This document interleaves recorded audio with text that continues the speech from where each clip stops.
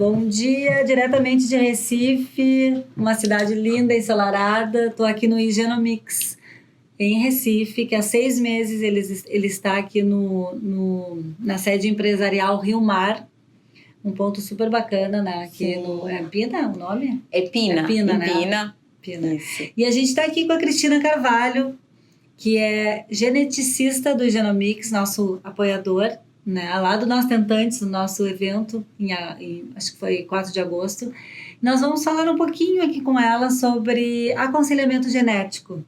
Até pouco tempo atrás era super pouco falado, a gente não conhecia, nunca tinha escutado, e hoje já está, né, bem mais familiarizado com bem mais divulgado, mais conhecido. Exatamente, Karina. Que bom. E de que forma que é feito esse aconselhamento na Igenomix? Qual é a visão de genética dentro do lado reprodutivo do casal?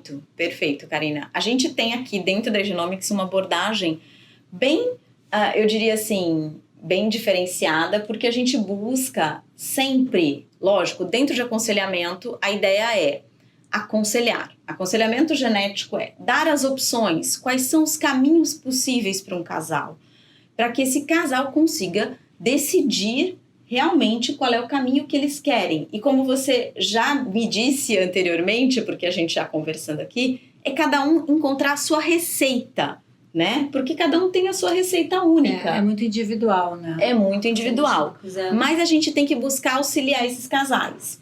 Um casal, a gente pode ter um aconselhamento pensando do lado genético cromossômico, né? Então, um casal que tenha um histórico aí de que a paciente já teve, por exemplo, 2 perdas bem precoces, 8, 10 semanas, e o casal vem tentando e tá com uma dificuldade nesse sentido. Uhum. E aí eu pergunto para eles uma coisa muito básica.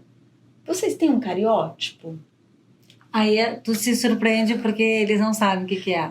Não, a gente fica surpreendido porque o casal não sabe, nunca ouviram falar de um exame na genética que ele data lá de 1980, 70, lá de trás, gente. Básico, tão simples, né? E tão importante, e que pode resolver grande parte dos problemas de um casal. Verdade. Então, esse é um exemplo do que a gente faz aqui nesse sentido, né? É buscar a informação por trás da dificuldade do casal. Então, num aconselhamento, a gente vai procurar entender o que está se passando com esse casal, qual a história da família, tanto da mulher quanto do homem, o que eles carregam ali. Então, tanto do ponto de vista cromossômico, como também quando cabe do ponto de vista gênico. Às vezes a gente tem casais que tá tudo lindo da parte cromossômica, mas quando a gente pensa, o casal tá tentando engravidar e não tá conseguindo, então vamos avaliar do ponto de vista gênico. E o mais legal é ir atrás disso, né? Sim, é importante que o pessoal tenha a abertura para essa conversa, para esse aconselhamento, para vir atrás da informação. Porque a ciência, ela tá para isso, né, gente? Para dar o diagnóstico precoce, para a gente ver as prevenções das doenças hereditárias, a gente precisa ir atrás dessa informação. Porque senão, se a gente ficar sem fazer nada, a gente não engravida, né? Então, a gente tem que estar aberto e ir em busca dessa informação e com quem entende, né? Nada mais apropriado do que um aconselhamento genético com o pessoal do Igenomix, né? Porque é onde... É um grande grupo líder mundial, né? Que graças a Deus nós temos sede em São Paulo e agora em Recife também, enfim. Mas é uma maravilha, porque a gente tem que agradecer, sermos muito gratos a toda essa informação que hoje em dia a gente tem, né? Que há pouco tempo atrás a gente não tinha.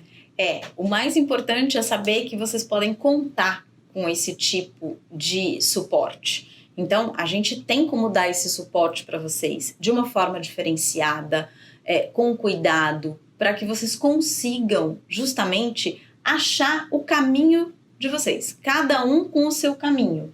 Mas o que é importante, como a Karina disse, é a gente estar aberto, receber essa oportunidade, né? A gente tem a oportunidade, está aqui, então por que não lançar mão dela? Exatamente. Por que não se apoderar daquilo que a ciência nos proporciona hoje em dia. Cris, uma pergunta aqui que tá na minha cabeça. Quantos encontros vocês geralmente têm, assim, para o casal? Tá. Que vocês possam falar sobre esse cenário todo. Sim. São vários? Como é que funciona esse aconselhamento? Tá. De uma forma geral, também isso é bem personalizado. Vai de cada caso. Perfeito. Existem casos em que a gente tem uma primeira consulta e tem um retorno na sequência em função de exames que o casal vai fazer, e o casal volta, a gente vai fazer um aconselhamento pós-laudo também para orientar o que saiu de resultado nesse laudo e como eles podem caminhar a partir daí. E outros casos em que a gente tem que investigar um pouco mais, que não são tão claros. Aqueles casos com investigação um pouco maior, esse aconselhamento pode durar até 3, 4 encontros aí, até a gente achar o caminho certo e o casal conseguir caminhar na sua receitinha. Entendi. E outra coisa, já que nós estamos aqui para esclarecer, vamos perguntar tudo, né? Claro. Nós não estamos falando de preço, até porque isso não é o foco da nossa conversa. Mas existe a possibilidade, por exemplo, de um casal, por exemplo, eu e meu marido, a gente... daqui a pouco tem vários exames para serem feitos, vão ser feitos, mas daqui a pouco a gente pode marcar uma consulta somente para essa conversa? Pode marcar uma consulta para conversa do quê? Dos exames, você diz? Desse aconselhamento. Tá, pode, claro. Porque talvez eu precise fazer exames, talvez não. Sim. Mas eu quero fazer esse primeiro contato. Claro. Normalmente tem sempre um primeiro contato.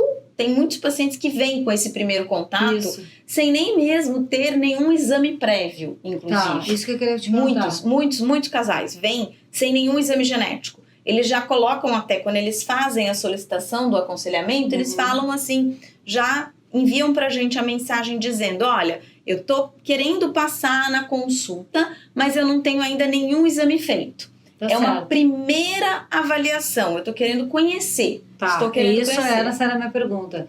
Eu queria saber se existia essa possibilidade. Sim, eu tenho sempre. Curiosidade de saber, eu preciso conversar com quem entende.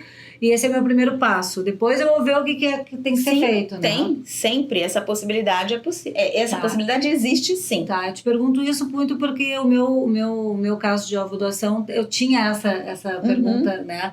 Será que eu fiz na Espanha, todo mundo sabe. Então, assim, será que eu posso falar com o meu médico primeiro, sem, assim, nenhum tipo de, né? Não, claro. E depois decidir, né? Mas eu preciso dessa conversa, né? E muitas pessoas me perguntam isso. Karina, no momento que eu marco o meu Skype, no caso, né? Eu tô falando do meu caso, que foi através do Skype. Eu tenho obrigatoriedade de depois dar continuidade? Eu digo, não, gente. A gente pode fazer o Skype, né? Conversarmos, ver se aquilo lá... se houve empatia, se foi bom, se aquilo ali funciona para mim, e depois eu vou para um segundo passo. Existem passos a serem dados. Sim, sem sombra de dúvida. Na reprodução assistida, primeiro a gente recebe um diagnóstico através de uma investigação. Sim. Depois a gente vai atrás dos outros passos. Por isso essa caminhada ela não é assim, entende? Ela pode ser menor ou maior, né? Mas ela existe o passo a passo. E a gente está aqui para esclarecer esse passo a passo para vocês, tá certo? Obrigada, Cris.